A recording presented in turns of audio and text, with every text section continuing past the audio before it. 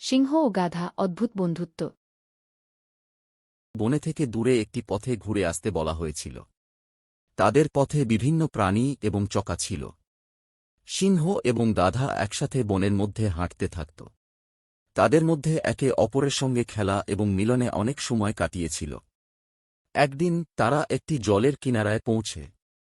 সিংহ জলে মাছ ধরতে অভ্যন্তরীণভাবে অক্ষম ছিল। তখন গাধা প্রদাক্ত করতে সিংহকে সাহায্য করতে উদ্বিগ্ন ছিল।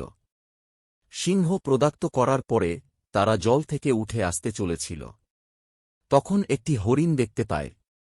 সিংহ পাঁচালী হোকার করে দৌড়াচ্ছিল, কিন্তু তা ধরতে অক্ষম ছিল।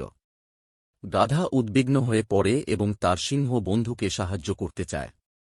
সিংহ ও গাধা একসাথে পাঁচালী হোকার করে হরিণকে ধরতে সক্ষম হয়ে ওঠে।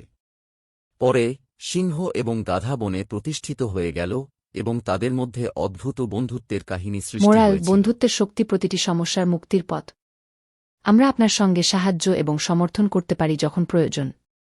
বন্ধুত্ব প্রতিটি সময় সুখে এবং দুঃখে সহানুভূতি এবং সমর্থন প্রদর্শন করে।